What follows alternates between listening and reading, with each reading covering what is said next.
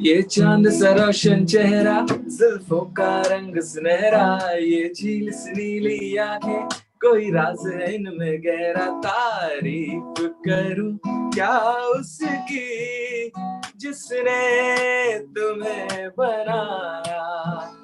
Hi guys, this is Rahul Pandey and you're listening to Radio Sangam. और जितने भी हमारे सुनने वाले रेडियो संगम के दोस्त अहबाब हमारे साथ मौजूद हैं और जितने भी लोग इसे बाद में यूट्यूब पे देखेंगे, आप तमाम को कहते हैं वेलकम। और आज हमारे साथ एक और ऐसी खूबसूरत सी शख्सियत मौजूद है इंडिया से, जिनकी आवाज में खुदा ने एक बहुत ही खूबसूरत सी तासीर दी है। बहुत ही मीठा, जब वो बोलते हैं ना तो बहुत मीठे बोलते हैं, जब वो गाते हैं तो बहुत मीठा गाते हैं, और जब वो गुनगुनाते हैं फिर तो एक समा बांध देते हैं। तो हमारे साथ एक बहुत ही प्यारी सी शख्सियत इस वक्त मौजूद है, राहुल पांडे इनका नाम है। बॉलीवुड प्लेबैक सिंगर हैं और बहुत ही जबरदस्त किस्म के गीत गा चुके हैं। आ चलें, फील द रिदम, है दुआ, हसीना तू कमीना, है अखिल, हो गई है मोहब्बत, ये चांद सा रोशन चेहरा, और इस तरह के कई लाजवाब गीत जो है वो गा चुके हैं। राहुल है हमारे साथ इंडिया से, उन्हें वेलकम कहते हैं अपने शो में। अस्सलाम वालेकुम, नमस्ते एंड सत श्री अकाल राहुल। नमस्ते, thank you so much, thank you for the wonderful welcome. आपने इतना अच्छा इंट्रोडक्शन दिया मेरा, really thank you so much for that. Rahul, सबसे पहले तो ये बताइए, दिल का मौसम कैसा है? मुंबई या जहां पे भी इस वक्त आप इंडिया में मौजूद है, वहां का मौसम कैसा है? क्योंकि यहाँ पे तो बहुत ठंड है, जैसे कि आप देख रहे हैं, मैंने तो बड़ी मोटी वाली जैकेट पहन रखी है, आपने लाइट वाली पहनी है, तो जहां पे आप लग रहा है वहां पे ठंड थोड़ी कम है। देखिए, मुंबई में एक ही वेदर होता है 12 महीना, वो है गर्मी। मुंबई में ठंड कभी नहीं होती। सही। तो यहाँ दिसंबर का टाइम है, लेकिन इंडिया में बाकी जगहों पे नॉर्थ में तो ठंड आ गई है। मैं अभी 2-3 दिन पहले लखनऊ गया था एक शो के लिए, तो वहां तो बहुत ज्यादा ठंड थी। और फिर जैसे ही मुंबई आया, यहाँ पे बिल्कुल सारे जैकेट उतारने पड़े। एयरपोर्ट में बिल्कुल पसीना पसीना हो गया था मैं तो हियर इट्स। दिल के मौसम का भी बता देना, ये तो मुंबई का मौसम बताया, दिल का मौसम कैसा है? दिल का मौसम बिल्कुल हमेशा खुश रहता है। अच्छा यार, राहुल ये बताइए, फनकार जो है वो बहुत सी चीजों से इंस्पायर भी होते हैं, थोड़े से हर चीज को वो ज्यादा महसूस करते हैं एक आम इंसान की बनिस्बत। तो यकीनन ये जो कोरोना वायरस की वबा थी, ये बहुत ही बुरी वबा है। ऑफ कोर्स इंडिया हो, पाकिस्तान हो, यूके हो, या किसी भी मुल्क में आप चले जाएं, वहां पे जो लोग हैं वो बहुत ज्यादा इससे अफेक्ट भी हुए हैं। लेकिन as an artist, did it affected you और did it give you more courage to create music? To be really honest, अगर मैं आपको इसका जवाब ऑनेस्टली दूं, तो पहले जो 20 दिन थे जब लॉकडाउन हुआ था और सब कुछ ये ऐसे आया था अचानक से बिल्कुल, तो वो तो मुझे उस वक्त समझ ही नहीं आ रहा था कि अब आगे क्या होने वाला है और मैं क्या करूंगा। And I was a little low, because मैं रोज इसके बारे में न्यूज़पेपर पे पढ़ता था और कभी अच्छी खबर कोई मिल ही नहीं रही थी स्टार्टिंग में तो। और मुझे फ्यूचर को लेके बहुत ज्यादा डर लग रहा था कि पता नहीं आगे क्या होने वाला है, ये वायरस कब तक रहेगा और ये कब तक लोगों को इसी तरह से परेशान होता रहेगा। और देखिए, इस तरह की कोई भी चीज जब आती है ना, तो सबसे जो इफेक्ट पड़ता है इन सारी चीजों का, वो होता है एंटरटेनमेंट इंडस्ट्री के ऊपर। तो आप देखें, जैसे ये हुआ, लाइव शोज बंद हो गए, सारे शूट्स बंद हो गए, तो एक तरह से एंड ये जिस टाइम में हुआ, March Feb, that is a time where when we travel the most, we keep traveling around the globe during March and Feb and April, because बहुत सारे shows होते रहते हैं, corporate shows होते हैं, wedding shows होते हैं, बहुत सारे live gigs होते रहते हैं। तो उस दौरान में ऐसे अचानक से बिल्कुल घर पे बैठ जाना, और तो बहुत मुश्किल हो गई थी। लकीली जो मेरा सहारा था वो था मेरा स्टूडियो, एंड लकीली मेरे घर पे मैंने स्टूडियो बना के रखा हुआ है। तो 15-20 दिन के बाद जब मुझे लगा कि नहीं, enough, and now I have to look forward, I have to think something better, इसके चक्कर में मैं कब तक उदास होकर बैठ सकता हूँ। तो मैंने अपना सारा का सारा जो मेरी एनर्जी है वो मैंने अपनी म्यूजिक मेकिंग में डाला, and I collaborated with a very good friend of mine who is a writer, Richa Dholi, और उसके साथ मिलके हमने एक गाना बनाया, इम्परफेक्ट दोस्ती। तो मुझे पता नहीं आपने वो गाना सुना है कि नहीं, but if you go through the lyrics of that song, तो आपको वो लॉकडाउन और उस बीच में होने वाली अंदर की फीलिंग और इन सारी चीजों का पता चलेगा उसमें। उस गाने के लिरिक्स को अगर आप फॉलो करेंगे और या उसको 1-2 बार सुनेंगे, तो आपको समझ में आ जाएगा कि एक बंदा जो घर पे बैठा है, बंद है, ना बाहर जा सकता है, ना कुछ कर सकता है, सिर्फ उसके पास इंटरनेट में देखने को नेटफ्लिक्स है, यूट्यूब है, यही करने को है। वो देखते देखते उसका डेटा भी खत्म हो जा रहा है। He wants to meet his friends, but वो नहीं मिल पा रहा है। और वो कभी भी कोई दोस्ती परफेक्ट नहीं होती, बट वो इम्परफेक्शन में भी एक मजा होता है जो इस लॉकडाउन में मिस किया जा रहा है। तो that song is called imperfect Dosti. It's about friendship and it's about imperfect friendship. तो वो लॉकडाउन के पीरियड में वो अंदर से वो वैसी फीलिंग आई कि यार भले ये एक दोस्त है मेरा जिसको मैं दिन में 10 बार गाली देता हूँ, लेकिन अभी 2 महीना मैं इससे मिल नहीं पा रहा हूँ, तो मेरा मन कर रहा है कि यार मैं इससे जाके मिलूं, इसके साथ बैठूं, बातें करूं, इसकी टांग खींचूं, उसको 10 गाली मुंह पे दूं। ऐसे फोन पे और व्हाट्सएप पे और वर्चुअली कितना कर सकते हो आप। सही। राहुल, अभी आपने इम्परफेक्ट दोस्ती के हवाले से बात की, शायद बहुत से हमारे लिसनर्स हैं जिन्होंने वो नहीं सुना होगा। आप यहाँ पे मौजूद है, गिटार भी है, वो कहते हैं कि मौका भी है, दस्तूर भी है, तो क्यों ना थोड़ा सा उसकी 2 लाइंस आपसे लाइव सुन ली जाएं, विच विल बी बिल्कुल एब्सोल्युटली बिल्कुल treat for our listeners, and of course फिर हम आपके मजीद जो म्यूजिक है उसके हवाले से बात करेंगे। बिल्कुल बिल्कुल।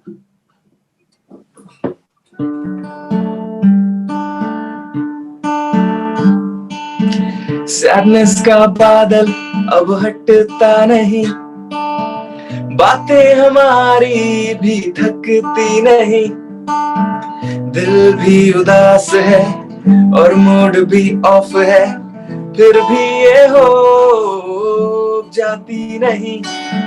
मूवीज की लिस्ट भी खत्म हो गई, डेटा भी हो गया है सारा खत्म, तू बोरिंग लगने लगा है मुझे, नॉस्टैल्जिया में अटके हैं हम, दोस्ती हमारी परफेक्ट नहीं पर तेरे बिना चलता नहीं ये सफर ही तो बस बेमुकाम है, बेमुकाम है, तेरी दोस्ती के नाम है। वाह, बहुत थैंक यू खूब थैंक यू। राहुल। और यकीनन ना सिर्फ आप सिंगिंग करते हैं बल्कि आप म्यूजिक प्रोड्यूस भी करते हैं, म्यूजिक बनाते भी हैं, जो कि बहुत कम, क्योंकि जो लोग इस फील्ड में आते हैं वो ज्यादातर म्यूजिक सिर्फ गाते हैं, बनाते नहीं है। तो ये एक, जब एक सिंगर को पता हो कि वो म्यूजिक क्या है तो वो बेहतर तरीके से बना सकता है। जैसे कि भी आपने दोस्ती की बात की, तो ये एक टेक्निकल किस्म का सवाल मैं करना चाहूंगा कि जब आप म्यूजिक बना रहे होते हैं तो सबसे पहले आपके जहन में शायरी आती है, लिरिक्स आते हैं, मेलोडी आती है, या मूड आता है? क्या आता है जहन में जब आप कोई भी म्यूजिक या गाना बनाने वाले होते हैं?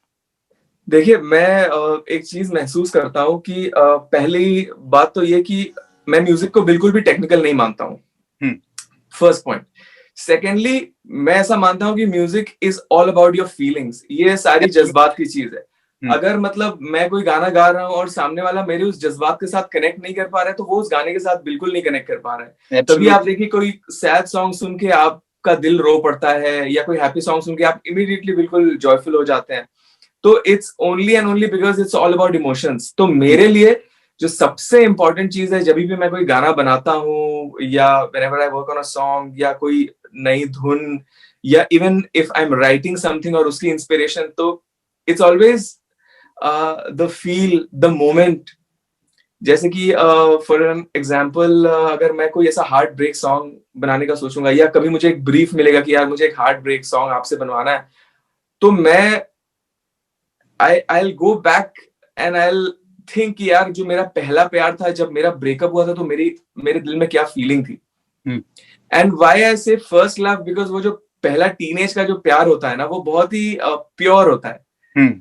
तो वो जो फीलिंग होती है ना, वो एकदम, और मेरे ख्याल में आप चाहे जितने भी बूढ़े हो जाएं, या आप चाहे जितने भी रिलेशनशिप्स से गुजर जाएं, लेकिन वो जो फर्स्ट रिलेशनशिप होती है वो ऑलवेज बहुत ज्यादा स्पेशल होती है। और उससे रिलेटेड जितने भी फीलिंग्स होते हैं ना, वो 10 साल बाद, 20 साल बाद भी ऐसा लगता है कि ये बिल्कुल फ्रेश है।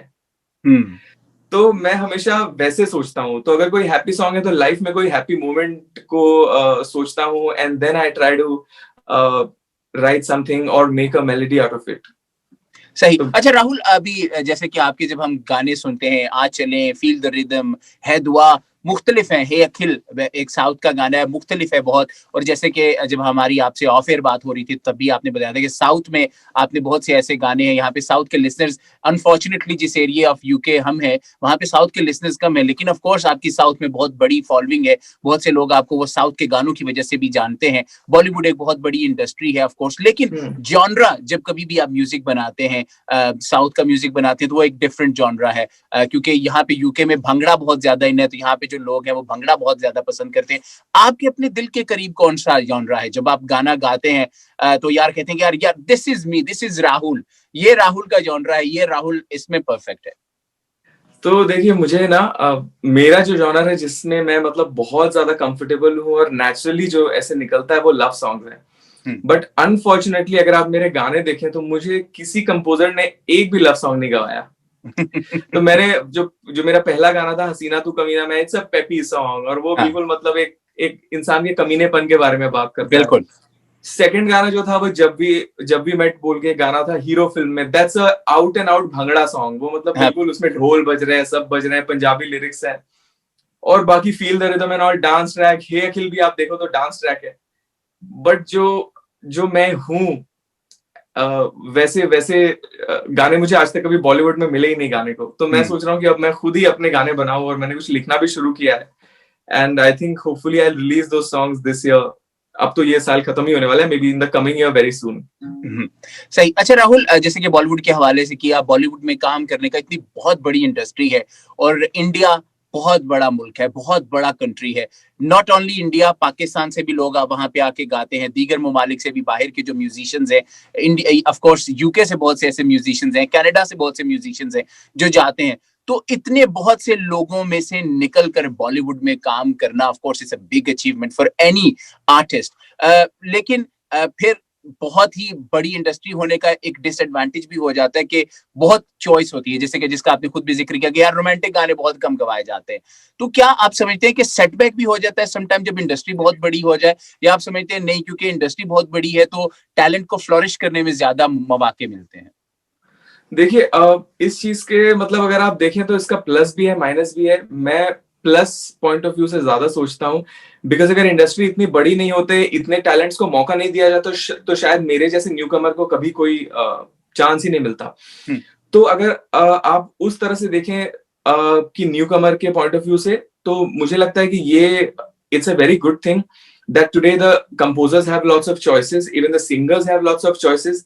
बट यही है कि मैं एक ही चीज मानता हूँ जो मुझे लगता है कई बार होता नहीं है बॉलीवुड में, इसके आप जब भी जो कास्टिंग करते हैं अपने सिंगर्स की या कंपोजर्स की या लिरिसिस्ट की, बहुत सारे एक्सटर्नल प्रेशर के दबाव में आके करते हैं आप, या आप ये सोच के करते हैं कि अच्छा यार इस सिंगर की सोशल मीडिया में बहुत फॉलोइंग है, इस सिंगर को हम कास्ट करते हैं, या ये सिंगर यूट्यूब पे बहुत पॉपुलर है, इसको हम गवाते हैं।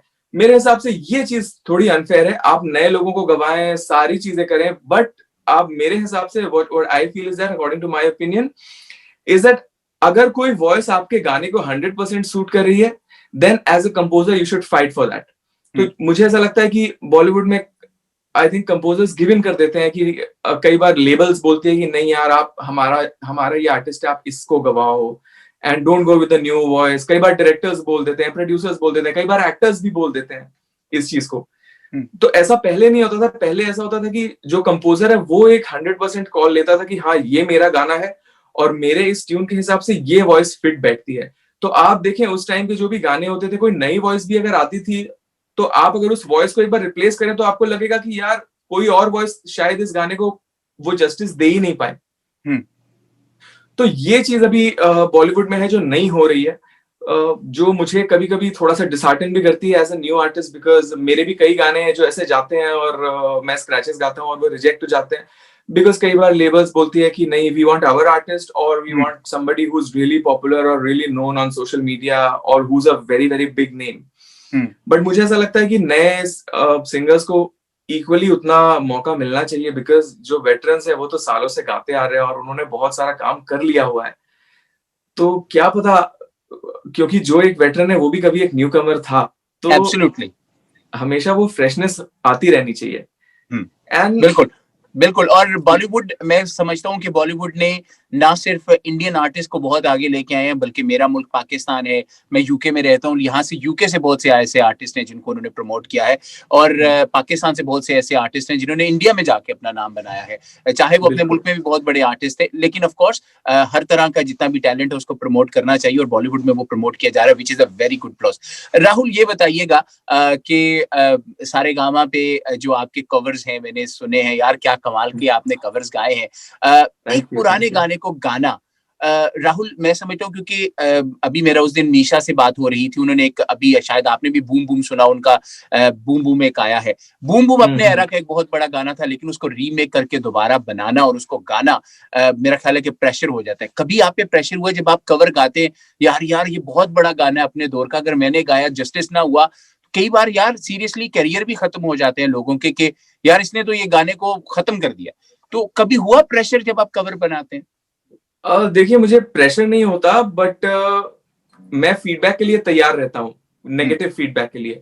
बिकॉज कई बार होता है, जैसे मैंने ये चांद सा रोशन चेहरा का कवर बनाया, तो ये कल्ट सॉन्ग है और ये लोगों ने रफी साहब की आवाज में सालों से सुनते आए हैं। बेशक। और ये बिल्कुल एकदम पेपी और एकदम जोश से भरा गाना है, और रफी साहब ने वैसे ही गाया है और शम्मी कपूर जी ने वैसे ही स्क्रीन पे उसको वैसे दर्शाया है।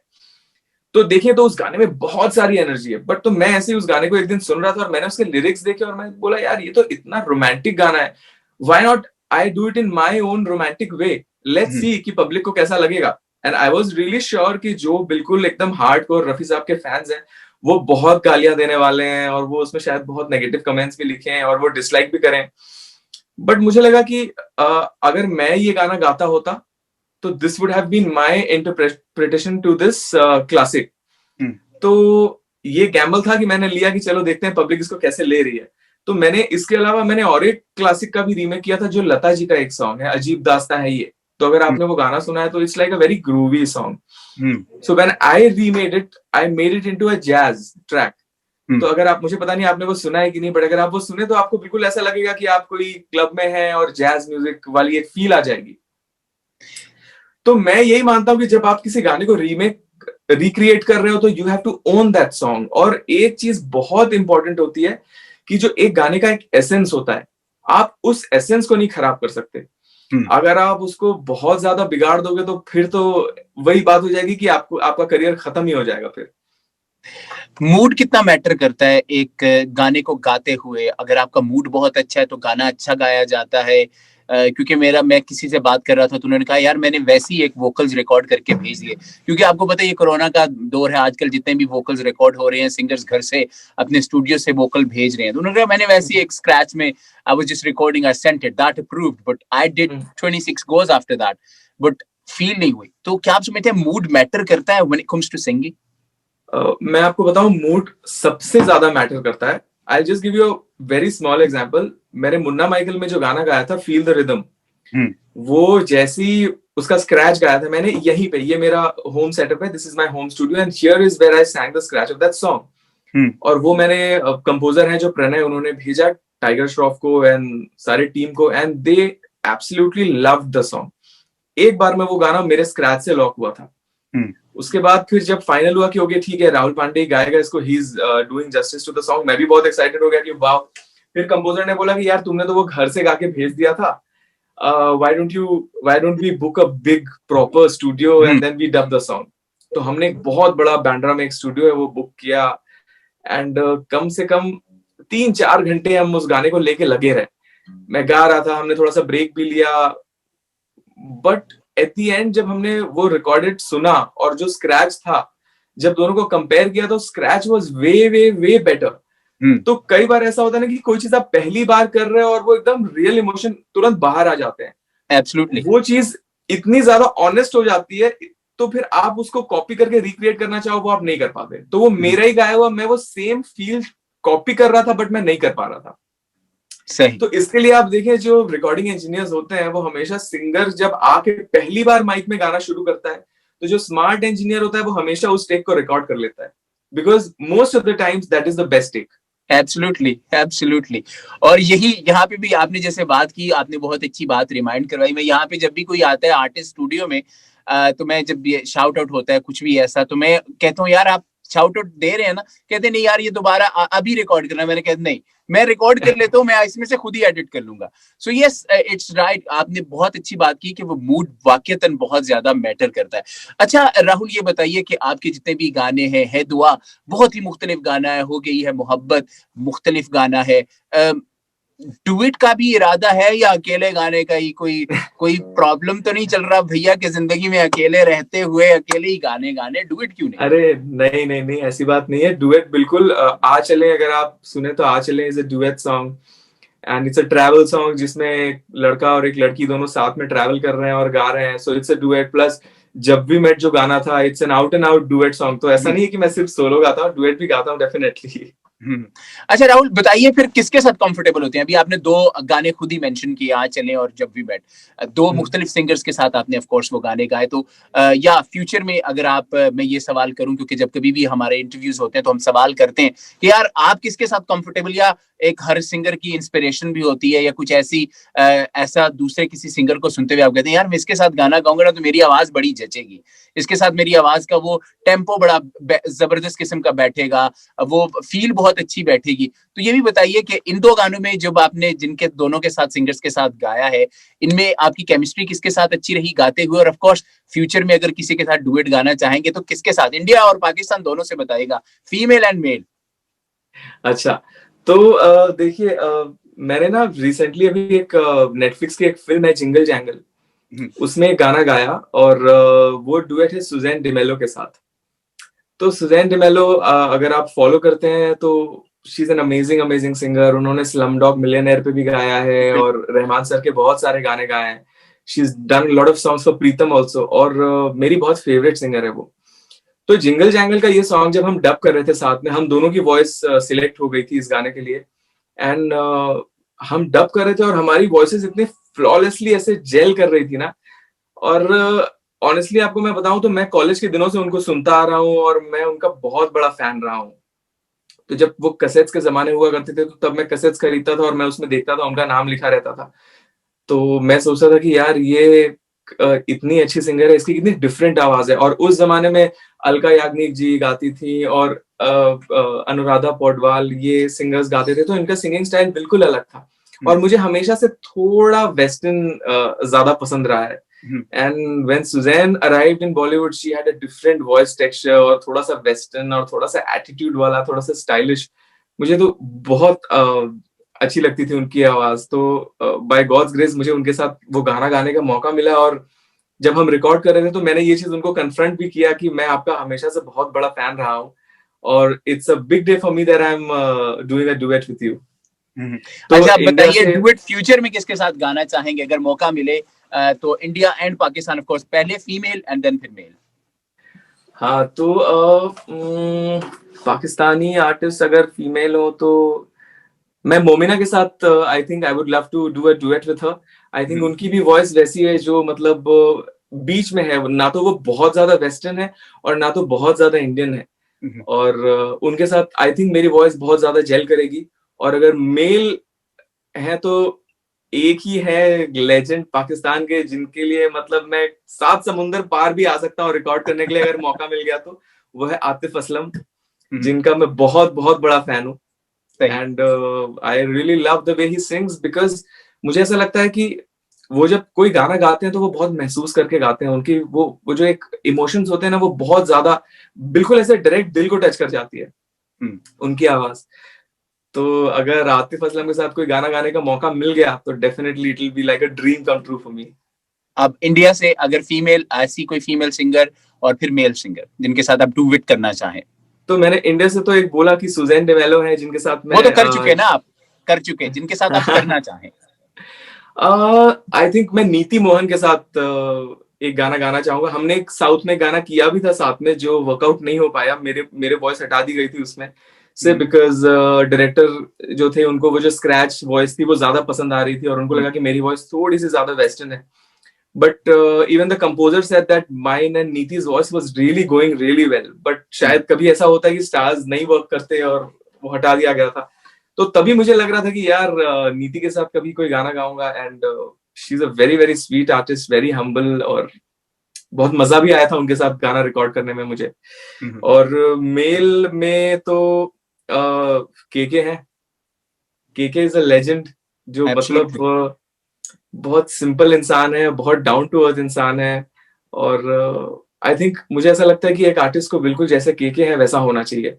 बहुत ही ज्यादा हम्बल, और मैं उनसे कई बार मिल चुका हूँ। और मुझे ऐसा लगता है कि उन वो इतने ज्यादा टैलेंटेड हैं and the whole world is crazy for his voice. और आप अगर उनकी वॉइस अभी भी सुने और वो यारों दोस्ती के टाइम में जैसा वो साउंड करते थे वो एग्जैक्टली अभी भी वैसा ही उतना ही फ्रेश साउंड करते हैं। तो वो बहुत ही ज्यादा डिसिप्लिन भी है, उन्होंने अपनी वॉइस को भी उस तरह से बचा के रखी हुई है। ऐसा नहीं है कि अब स्टार बन गया तो लाइटली ले लिया एंड लेट गो कर दिया। बहुत सारे ऐसे लोग होते हैं जो बहुत ज्यादा ड्रिंक करने लगते हैं या स्मोक करने लगते हैं और उनकी वॉइस बिल्कुल खराब हो जाती है या बिल्कुल चेंज हो जाती है। But KK is one of them, जो कि बहुत स्वीट है, बहुत डाउन टू अर्थ है and he is really true to his art, which is what I feel. तो अगर उनके साथ एक गाना गाने का मौका मिल गया तो मजा आ जाएगा। सही। अच्छा राहुल, ये बताइएगा फ्यूचर में क्या प्लान्स हैं? Are you working on any projects?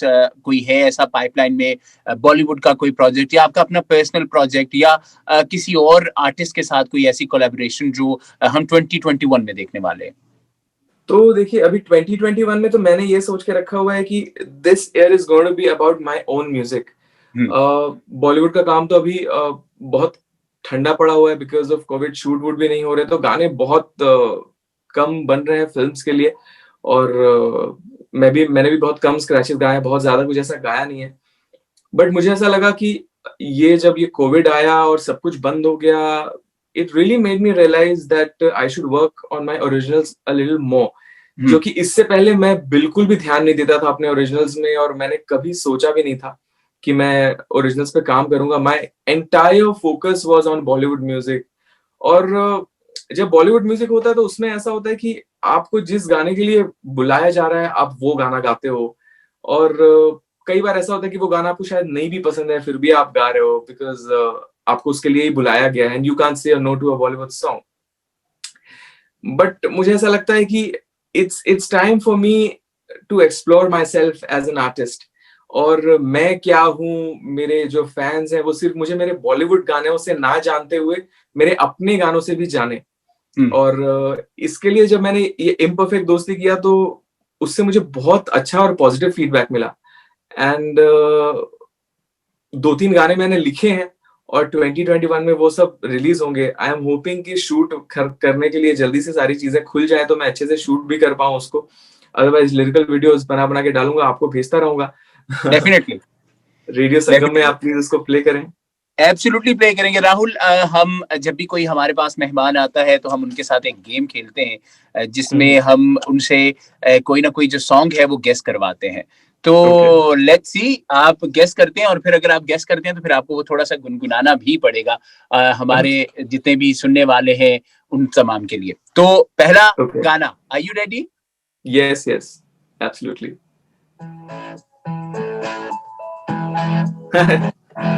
ये तो मेरा ही गाना है। अच्छा, कौन से वाला है फिर? ये चांद सा रोशन चेहरा, अनप्लग्ड बाय राहुल पांडे। क्या कहने जनाब, फिर थोड़ा सा हो जाए ना। बिल्कुल बिल्कुल, चलिए ये सुनाता हूँ आपको।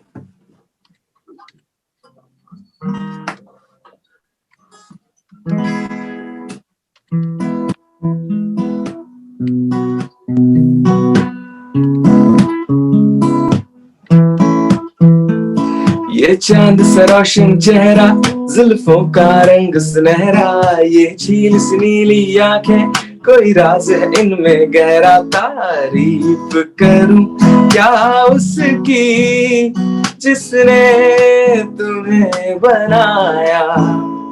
ये चांद सा रोशन चेहरा, जुल्फों का रंग सुनहरा, ये झील सी नीली आंखें, कोई राज है उनमें गहरा। तारीफ करूं क्या उसकी जिसने तुम्हें बनाया। तारीफ करूं क्या उसकी जिसने तुम्हें बनाया। एक चीज कयामत भी है, लोगों से सुना करते थे, तुम्हें देख के मैंने माना। वो ठीक कहा करते थे, वो ठीक कहा करते थे। है चाल में तेरी जालिम कुछ ऐसी बला का जादू, 100 बार संभाला दिल को पर होके रहा बेकाबू। तारीफ करूं क्या उसकी जिसने तुम्हें बनाया। तारीफ करूं क्या उसकी जिसने तुम्हें बनाया। अमेजिंग जी, बहुत थैंक खूब, यू, बहुत खूब। थैंक यू और सो मच। अब अगला गाना जनाब, are you ready? Yes yes, yeah, I know the song. Okay ji, over to you. अब ये भी आपको गुनगुनाना पड़ेगा। पहले ये बताएं गाना है कौन सा? ये एक्चुअली आपने मेरा बहुत फेवरेट गाना प्ले किया है, ये ओ मेरे दिल के चैन है, and I absolutely love this song. Okay जी, चलिए जबरदस्त सुनाता हो हूँ गया आपको। फिर तो। ओ मेरे दिल के चैन, ओ मेरे दिल के चैन, चैन आए मेरे दिल को दुआ कीजिए, अपना ही साया देख के तुम जाने जा शर्मा गए, अभी तो ये पहली मंजिल है, तुम तो अभी से घबरा गए, मेरा क्या होगा सोचो तो जरा, हाय ऐसे ना आहे भरा कीजिए, ओ मेरे दिल के चैन, चैन आए मेरे दिल को दुआ कीजिए। अमेजिंग राहुल, बहुत ही जबरदस्त। और एक सवाल जो रह गया था, शुरू में करना चाहिए था लेकिन शायद हमारी बातों में वो सवाल रह गया। इंस्पिरेशन आपका कोई है जिसको देख देख के या जिसको सुन सुन के आप इस फील्ड में आए? एब्सोल्युटली है। और मतलब ऐसा है कि अगर मैं उनके लाइव कॉन्सर्ट्स नहीं देखता, ऑब्वियसली यूट्यूब में देखा था मैंने, और उनके गाने नहीं सुनता और उनका म्यूजिक नहीं सुनता, तो शायद मैं कभी म्यूजिशियन बनता ही नहीं। I am a big big big fan of Bryan Adams, और उनके गाने सुन के बड़ा हुआ हूं मैं, और the way he used to perform on stage, in fact जब मैं गिटार लेके कई बार स्टेज में ऐसे गा रहा होता हूँ तो उनके स्टाइल में मैं ऐसे ऐसे ऐसे करके गाता भी हूँ, मतलब बॉडी लैंग्वेज भी वैसा हो गया है मेरा, उनको देख देख के इतना मैंने उनको देखा है बचपन से। तो he is my biggest inspiration. Even my song writing style, अगर मैं इंग्लिश में कुछ लिख रहा हूँ तो it's very very similar to his style of writing. तो कई बार ऐसा होता है कि मुझे उनको कुछ दिन के लिए सुनना बंद करना पड़ता है, अदरवाइज वो बिल्कुल एकदम ही ऐसा लगता है कि ब्रायन एडम्स का कॉपी करके कोई गाना बना दिया है। तो जब ऐसा होता है कि मैं कुछ ओरिजिनल इंग्लिश में कुछ मटेरियल बना रहा हूँ, तो मैं उनके गाने 2-3 महीने नहीं सुनता हूँ। सही। अच्छा राहुल, जैसे कि अभी आप गिटार बजा रहे थे, गिटार के अलावा भी आप कोई और म्यूजिकल इंस्ट्रूमेंट भी बजाते हैं या गिटार इज योर पैशन? तो मैं एक म्यूजिक प्रोड्यूसर भी हूँ, तो जो म्यूजिक प्रोड्यूसर होता है वो सिर्फ कोई एक इंस्ट्रूमेंट बजाए ऐसा मुश्किल हो जाता है उसको, तो मैं कीबोर्ड भी बजाता हूँ, पियानो भी बजाता हूँ, गिटार बजाता हूँ, एंड बहुत थोड़ा थोड़ा सा ड्रम्स भी बजाना आता है, हारमोनियम बजाता हूँ। तो ये सारे इंस्ट्रूमेंट्स जब आप बजा सकते हो, तो जब आप वो म्यूजिक क्रिएट करते हो तो आपके लिए बहुत इजी हो आसानी जाता रहता है। सही। तीसरा और आखिरी गाना देखते हैं, और फिर क्योंकि मुझे पता है आपका वक्त भी बहुत कीमती है, फिर हम आपसे इजाजत भी चाहेंगे और हमारे सुनने वालों के लिए एक मैसेज भी लेंगे। तीसरा और आखिरी गाना देखते हैं जनाब, आप गेस कर सकते हैं या नहीं?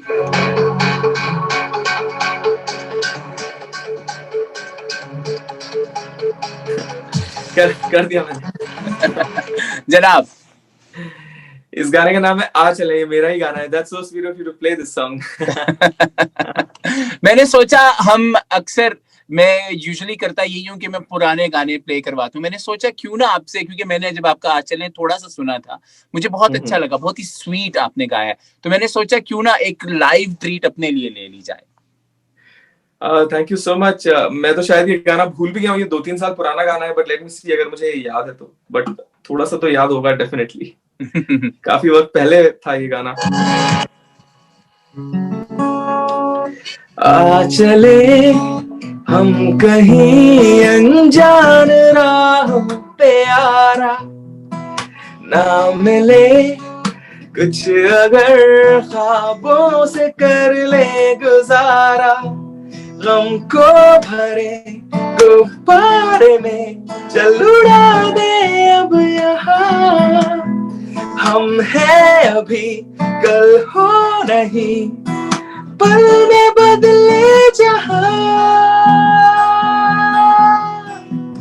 धीरे धीरे आसना दिल कोई कहानियां पीछे छोड़ते चले हम अपनी निशानियां, धीरे धीरे आसना दिल कोई कहानियां पीछे छोड़ते चले हम अपनी निशानियां।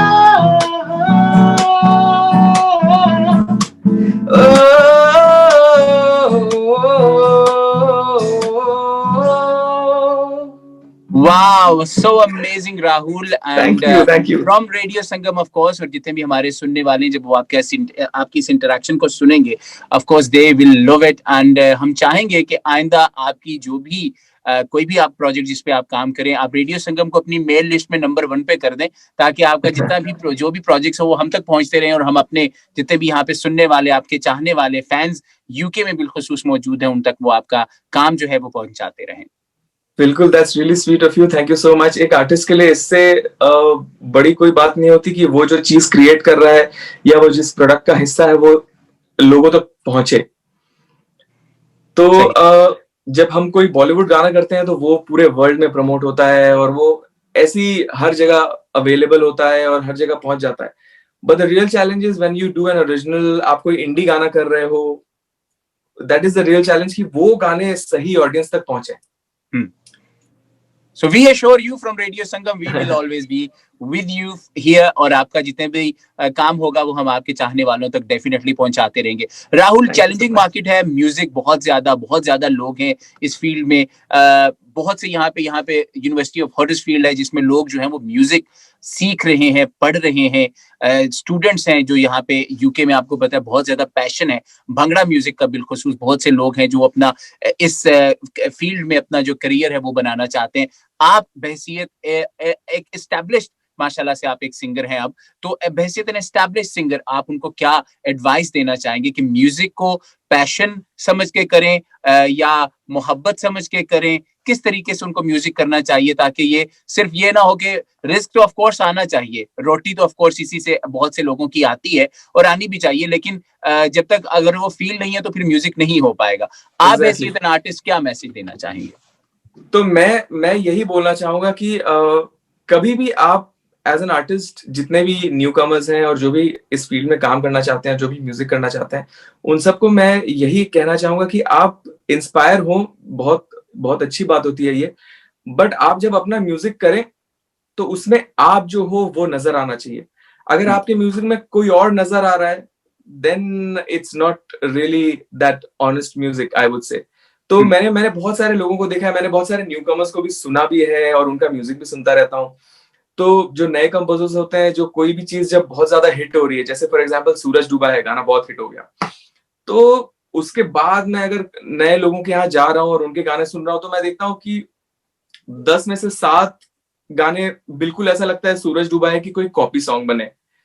तो मैं ये सारे जो भी अपकमिंग म्यूजिशियंस है उनको ये डेफिनेटली बोलना चाहूंगा कि आप डेफिनेटली सुने म्यूजिक और उसको अब्सॉर्ब करें, बट जो आपका प्रोडक्ट बाहर निकले that should be your signature. उसमें ऐसा नहीं होना चाहिए कि भाई कोई सिंगर है तो ऐसा लग रहा है कि अच्छा ये अरिजीत का एक दूसरा कॉपी आ गया, जो कि बॉलीवुड में बहुत हमेशा से ये चीज चलती रही है। बट मेरे हिसाब से आप देखें तो जो आर्टिस्ट बहुत ज्यादा लोगों के दिल में जो जगह बना पाता है वो वही होता है जो ओरिजिनल होता है। जैसे कि अगर मैं बात करूं, कुछ ऐसे आर्टिस्ट हैं जैसे आतिफ असलम की जैसी आवाज है, बिल्कुल ही एकदम अलग आवाज है और एकदम दिल को छू जाने वाली आवाज है। कितने भी लोग उसको कॉपी करने की कोशिश करें बट वो आतिफ असलम नहीं बन पाएंगे कभी भी, वो हमेशा एक आतिफ असलम के क्लोन से ही जाने जाएंगे। इवन लकी अली, मकसूद अहमद अली, लकी अली जो है, इवन ही, अगर आप उनके गाने सुने, अगर आप उनको ऐसे लाइव सुने तो वो बहुत ज्यादा सुर में नहीं गाते, टेक्निकली वो बहुत ज्यादा साउंड सिंगर नहीं है, बट उनकी आवाज इतनी ज्यादा अच्छी है और वो जो वर्ड्स, जो गाने के जो बोल हैं वो जब गाते हैं तो वो बिल्कुल महसूस करके गाते हैं। आई बिलीव कि सारे टेक्निकल रियाज ये वो इन सारी चीजों से ज्यादा वो जरूरी होता है। तो इसके लिए शायद कई बार कुछ ऐसे सिंगर्स होते हैं जो बहुत ज्यादा ट्रेंड नहीं भी होते, बट ऑडियंस को उनकी आवाज अच्छी लगने लगती है। सही बट इसका मतलब सही ये नहीं है कि आप ट्रेनिंग ना करें और म्यूजिक ना सीखें, बिल्कुल वो भी बहुत जरूरी होता है। बट मेरा बोलने का मतलब जिसमें यही है कि जो भी करिए दिल से करिए, कॉपी मत Absolutely. करिए।